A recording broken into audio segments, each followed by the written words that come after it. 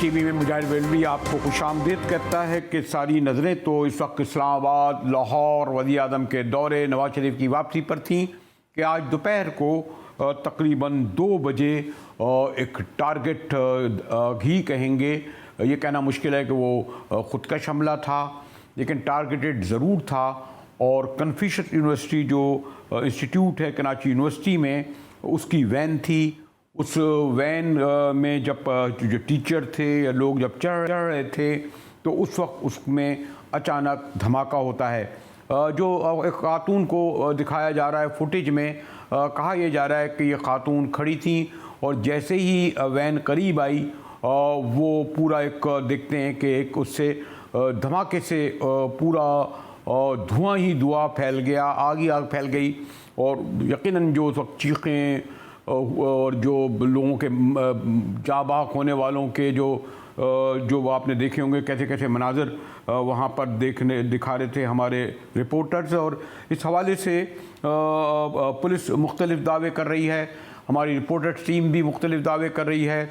अभी थोड़ी देर पहले हुकूमत तर्जुमान का भी कहना था और साथ ही अभी चीनी कौंसल जनरल ने भी वज़ीर आला सिंध से मुलाकात की है कि एक ऐसे मरहले पर जबकि सिपेक भी मौजूद है, गवर्नमेंट भी तब्दील हुई है, बैरूनी साजिशों की भी खबरें आ रही हैं, उसमें ख़ास तौर पर कराची में चीनी बाशिंदों को और उसमें भी कन्फ्यूशियस यूनिवर्सिटी इंस्टीट्यूट के कहते हैं जी जो प्रोफेसर थे, जो नए नए हेड आए थे, वो टारगेट इसका हुए हैं।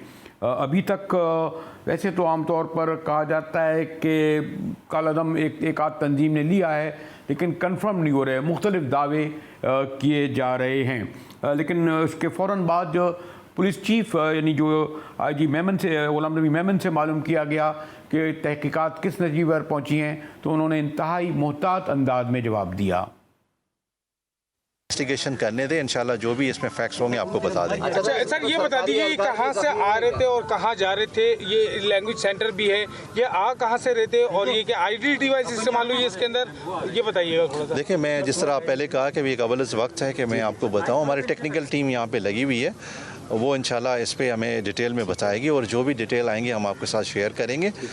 ये टीचर हैं, यहाँ पे रहते हैं और इनकी ये ट्रांसपोर्टेशन थी अपने इंस्टीट्यूट में और उनके ट्रांसपोर्टेशन के दौरान ये इंसिडेंट। सर, जख्मी होने वाले कौन है, उनके बारे में बताइएगा। जख्मी कौन है? जी, जो जख्मी हैं वो 4, उसमें क्योंकि इसको रेंजर्स स्कॉट कर रही थी, उसमें हमारा रेंजर्स का जवान जख्मी हुआ है और एक प्राइवेट सिक्योरिटी गार्ड है, एक चाइनीज़ है उसमें, तो टोटल 4 इसमें जख्मी लोग हैं। धमाके से कुछ इंसानी अज़ाब मिला, तो आप कह सकते हैं कि ये खुदकश हमला।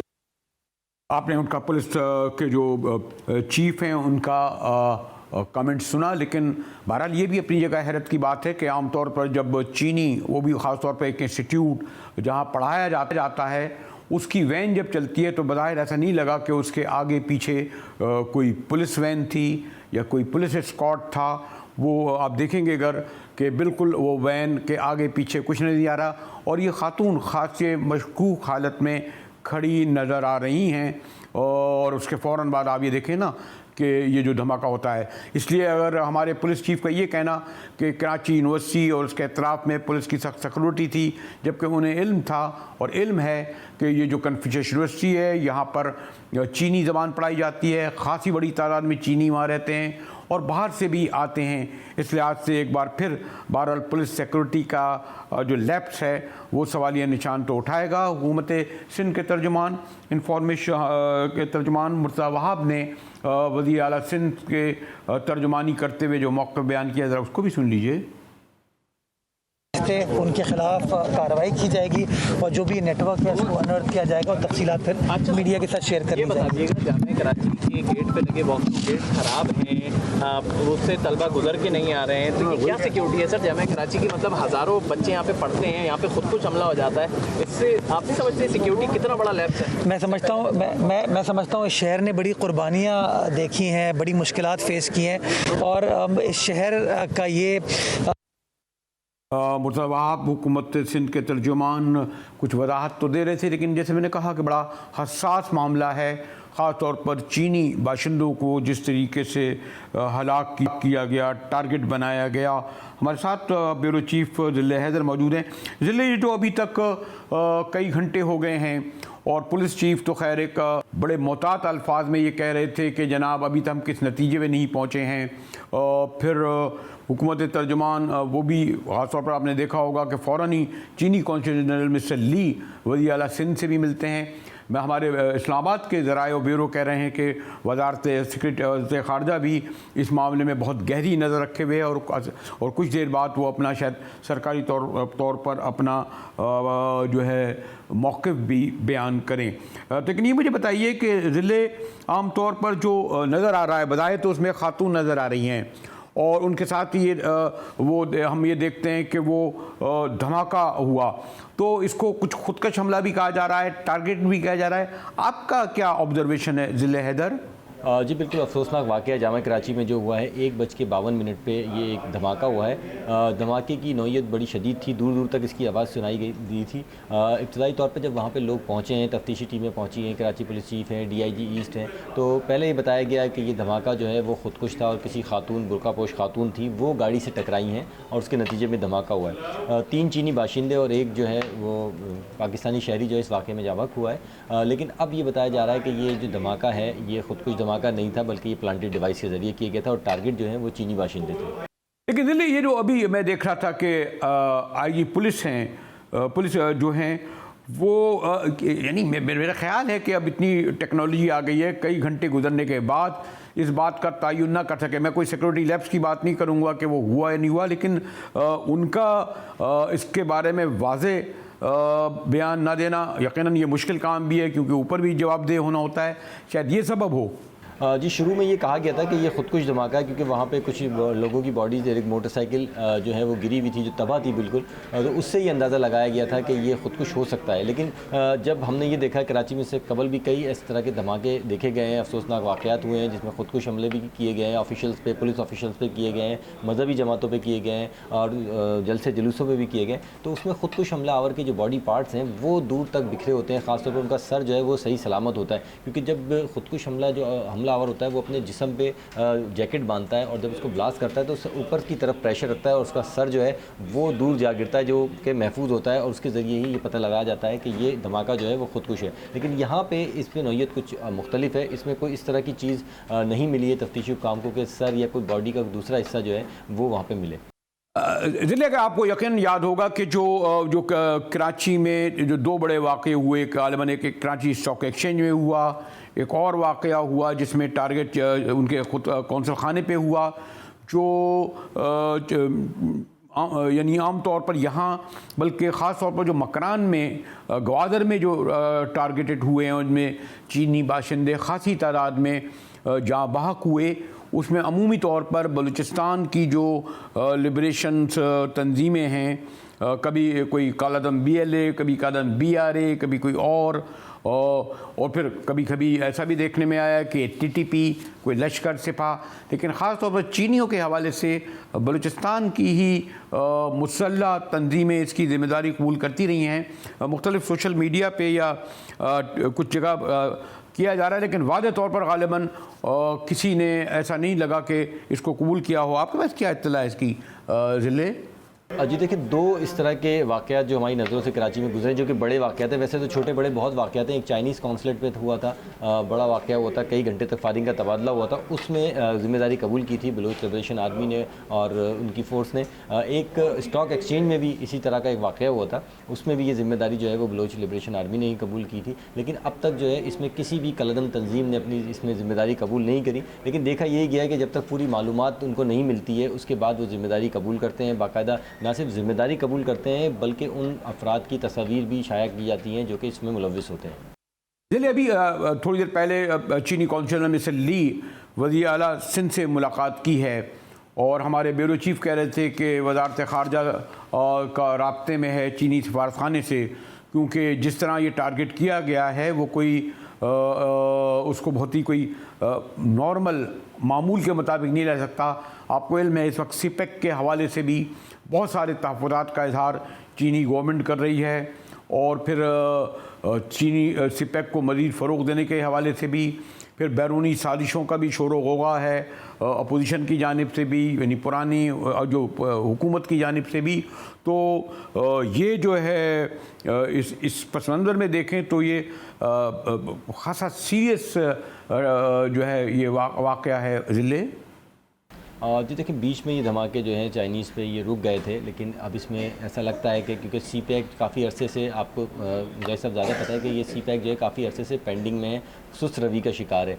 तो अब ये बताया गया था कि सी पैक दोबारा शुरू किया जाएगा, दोबारा इसमें काम शुरू किया जाएगा। हो सकता है ये धमाका जो है ये एक वार्निंग हो, ये एक उस तसलसल को रोकना हो जिसका जो इंडिया जो है अभी कुछ दिन कबल जो है नए वज़ीर आज़म जो हमारे शहबाज शरीफ, उन्होंने इस बारे में बताया था कि ये दोबारा सी पैक का जो है वो शुरू कर दिया जाएगा और चाइनीज़ से और पड़ोसी मुल्कों से जो है वो इमदाद ली जाएगी और दोबारा से ही काम शुरू किया जाएगा। हो सकता है ये उसको रोकने के लिए जो है ये एक छोटा सा धमाका उन्होंने किया हो।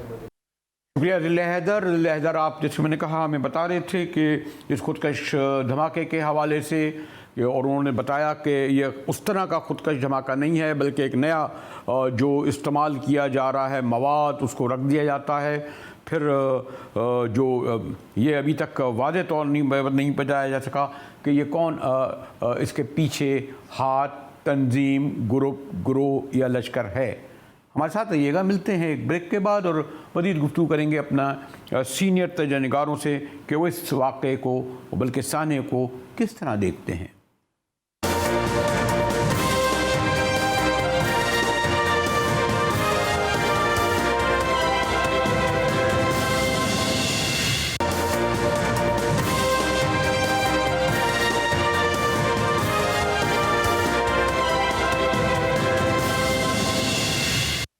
टीवी में एक बार फिर मुजाहिद वली आपको खुशामदीद करता है। और जिसमें मैंने कहा कि सारी ख़बरें पस मंज़र में चली गई हैं, जो प्राइम मिनिस्टर का विज़िट हो या फिर मियाँ साहब को पासपोर्ट मिलना हो या पंजाब में जो है इस वक्त सूरत हाल हंगामा खेज़ हो, कि बहरहाल अगर पाक चीन ताल्लुकात, फिर बैरूनी साजिशों का शोर होगा, फिर सिपैक इस पसंदर में जिस तरह कराची में टारगेटेड किया गया है चीनियों को, और वो भी बड़ा अहम कन्फ्यूजन सेंटर, उसके बाद कुछ लोग कहते हैं जो उसके सरबराह थे, और अभी तक यानी 4 घंटे तक कोई वाज़े न किसी ने जिम्मेदारी कबूल की है। कई एतबार से ये बड़ा हसास वाक़या और सानिया है। हमारे साथ इस्लामाबाद में ब्यूरो चीफ मतीन हैदर हैं और फिर हमारी सीनियर तजनिगार डॉक्टर हुमा बकाई। चले पहले मैं ज़रा मतीन हैदर से पूछ लूँ। मतीन, यकीनन ये जो वाक़या हुआ है, अभी तक आपने कोई फ़ॉरेन ऑफिस ने इस हवाले से राब्ते में तो ज़रूर होगा चीनी सफारत खाने से, या हमारे यहाँ भी अभी वज़ीर आला से मुलाकात की है चीनी कौंसिल जनरल ने। और अगर मैंने कहा ना कि इस पूरे पस मंज़र को देखा जाए, वैसे तो बलूचिस्तान में मुतअद्दिद वाक़यात हुए हैं, कराची में तीसरा वाक़या है, इसको खाली आइसोलेशन में तो नहीं देखा जा सकता ना मतीन हैदर? जी बिल्कुल मुजाहिद बेली साहब, बहुत शुक्रिया। बिस्मिल्लाहिर्रहमानिर्रहीम। इसको बिल्कुल आइसोलेशन में नहीं देखा जा सकता। और सबसे पहले जो आपने दफ्तर ख़ारजा का जिक्र किया, यकीनी तौर पे दफ्तर ख़ारजा की जानिब से एक भरपूर मज़म्मती स्टेटमेंट आ चुका है। इसमें ना सिर्फ इस वाक़े की शदीद मज़म्मत की गई है, बल्कि ये कहा गया है कि एक मरतबा फिर चीन पाकिस्तान ताल्लुकात जो हैं वो अंडर अटैक हैं।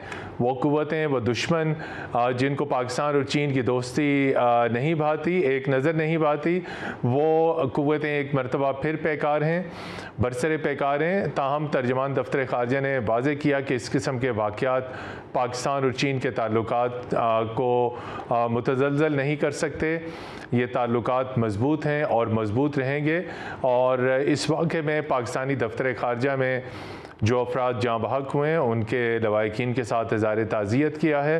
तो ये साफ ज़ाहिर होता है कि वो क़ुव्वतें, आप ख़ुद पाकिस्तान में जो जियो पोलिटिकल डेवलपमेंट्स होती रही गुज़िश्ता 1 माह के अंदर, आप देखते रहे कि किस तरीके से कैसी गैर मुल्की मुदाखलत का जिक्र किया गया, जिस तरीके से डेवलपमेंट्स हुई, जिस तरीके से गैर मुल्की क़ुव्वतें पाकिस्तान के अंदर मुख्तलिफ़ सियासी जमातों के साथ, मुख्तलिफ़ पोलिटिकल पार्टीज़ के साथ बाहम राब्ते में रहीं। और इन तमाम तर चीज़ों से हट के पाक चीन ताल्लुकात हमेशा मगरबी क़ुव्वतों के नज़र में रहें, हमेशा उनकी तनकीद में रहें।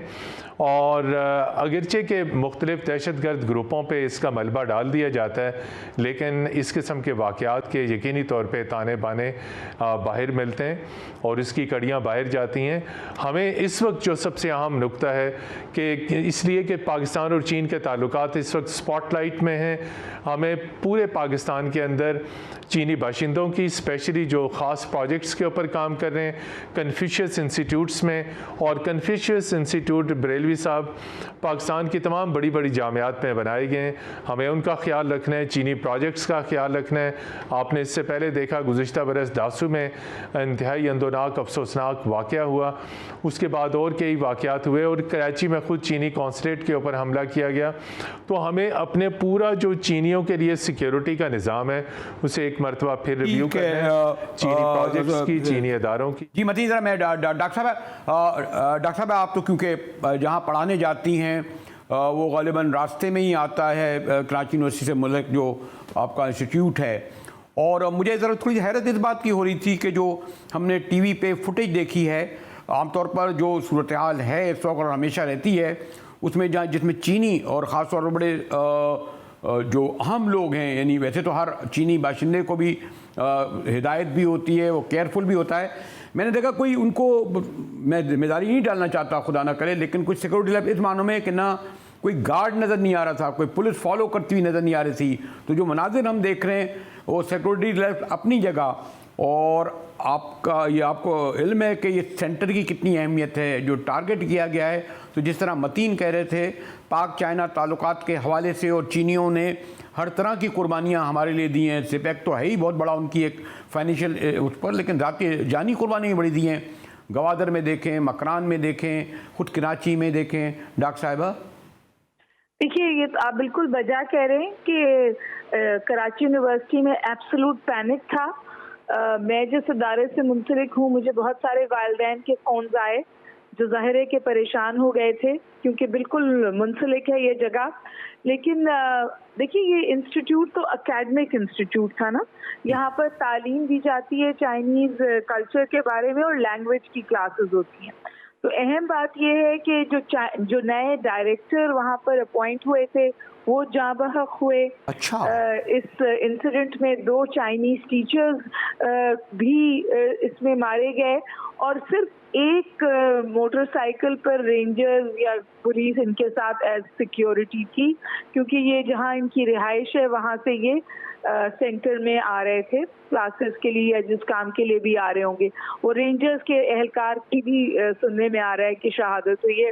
ये भी कहा जा रहा है, इस वक्त कयास राई ये है, और जो फुटेज सामने आई है आपने भी रन की होगी, कि खातून सुसाइड बॉम्बर थी जिनको लगता है कि वो इस पूरी सूरत हाल में मुलविस थी।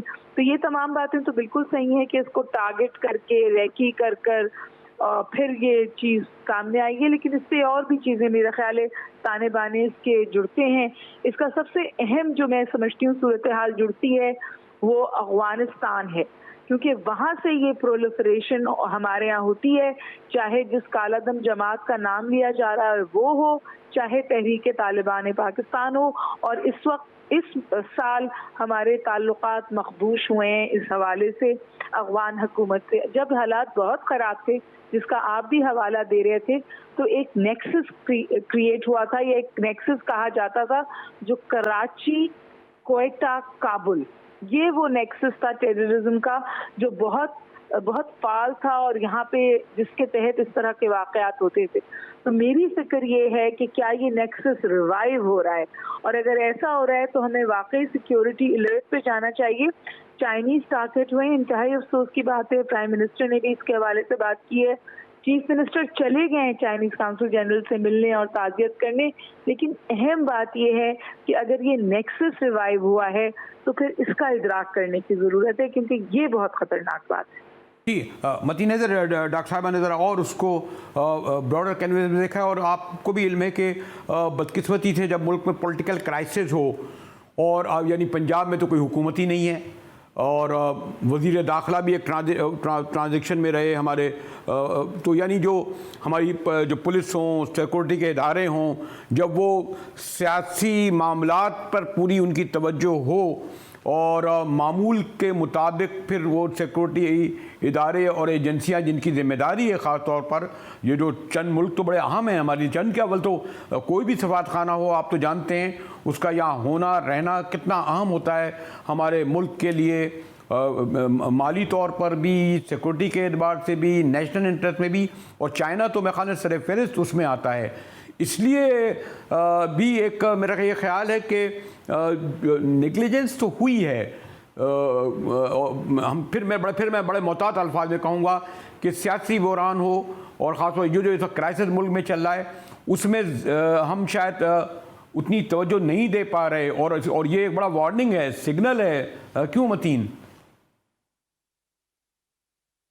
जी बिल्कुल बरेलवी साहब, आपने भी और डॉक्टर हुमा बकाई ने भी ये बिल्कुल सही कहा। उन्होंने जो दहशतगर्दी का लिंक अफ़गानिस्तान के साथ जोड़ा है वो ना सिर्फ आप देखें कराची के हार्ट में आके जो है ख़ुदकुश हमला किया गया, बल्कि आए रोज़ आप देख रहे हैं कि इंटर सर्विसेज पब्लिक रिलेशंस जो हमें इंफॉर्मेशन देती है पाकिस्तान अफ़गानिस्तान की सरहद के ऊपर आए रोज़ हमारी सिक्योरिटी फोर्सेस पे हमले हो रहे हैं। और इस वक्त जो डॉक्टर बकाई ने बात की कि हमें अपने वेस्टर्न बॉर्डर्स को मज़ीद मजबूत करना होगा, वहाँ पे पेट्रोलिंग सिक्योरिटी को मजबूत करना होगा। ये जो दहशतगर्दों की आज़ादाना नकलो हरकत हो रही है ख़ास तौर पर बलूचिस्तान, चूँकि बलूचिस्तान के साथ ही आगे कराची जुड़ा हुआ है, तो ये कालदम BLA और दीगर इस किस्म की दहशतगर्द तंजीमें, और कराची में माजी में भी इस किस्म के बड़े अहम दहशतगर्दी के वाक़यात हुए।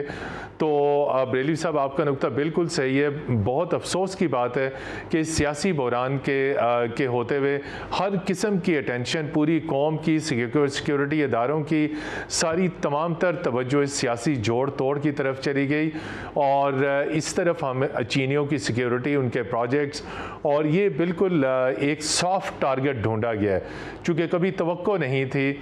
इसीलिए यहाँ पे हम ये कह सकते हैं कि सिक्योरिटी यहाँ पे कम थी, लेकिन फिर भी जिस तरह डॉक्टर साहब ने बताया कि रेंजर का एक एहलकार जो है वो वहाँ पे मौजूद था।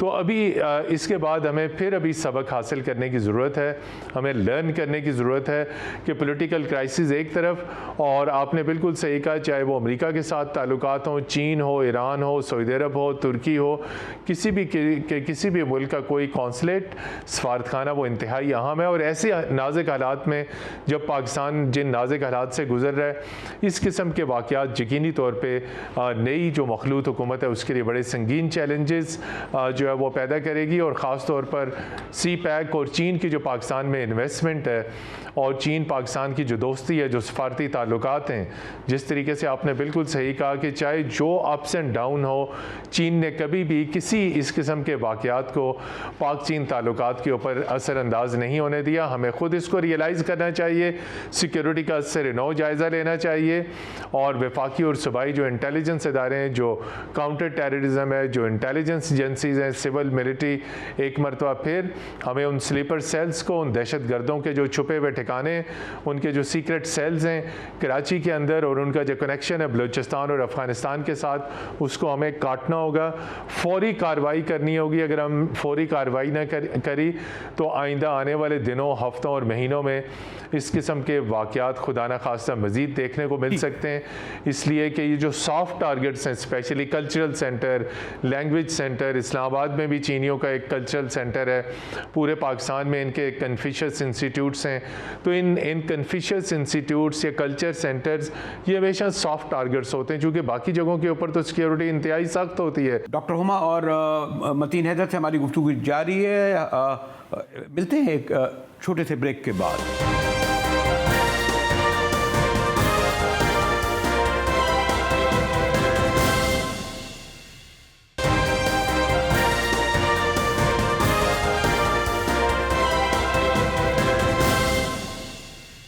GTV में मुजाहिद वली एक बार फिर हाजिर है। हमारे साथ डॉक्टर हुमा बकाई और मतीन हैदर हैं। मतीन हैदर, एक और पहलू भी है, एक सेफ सिटी का। डॉक्टर हुमा, मैं लाहौर में भी देख चुका हूँ, कराची में भी कहा जाता है, और ये बार बार हमें ये कैमरे दिखाए जाते हैं जी, कैमरे में। और ये जो सड़क है बड़ी हसास है। आप तो मैंने कहा ना, एक बहुत बड़ा इंस्टीट्यूट है आपका, IBA है, कराची यूनिवर्सिटी है, उसके साथ इदारे हैं, गैर मुल्की तलबा वहाँ पर रहते हैं, हॉस्टल्स हैं वहाँ पर। और अगर जो कैमरे की आंख दिखा रही है तो, और जो लोग इस पूरे शहर को देख रहे हैं उन्हें इल्म है सॉरी टू से मैं इस वक्त फिर वही बात है कि कंट्रोवर्शियल बात नहीं करना चाहता, लेकिन हमने ये देखा है कि जो ये रमज़ान के ज़माने में भी पुलिस की एक बहुत बड़ी तादाद या तो वो हमारे वज़ीरों, मुशीरों, उनके घरों की हिफाजत के लिए लगी होती है, सिक्योरिटी पे लगी होती है।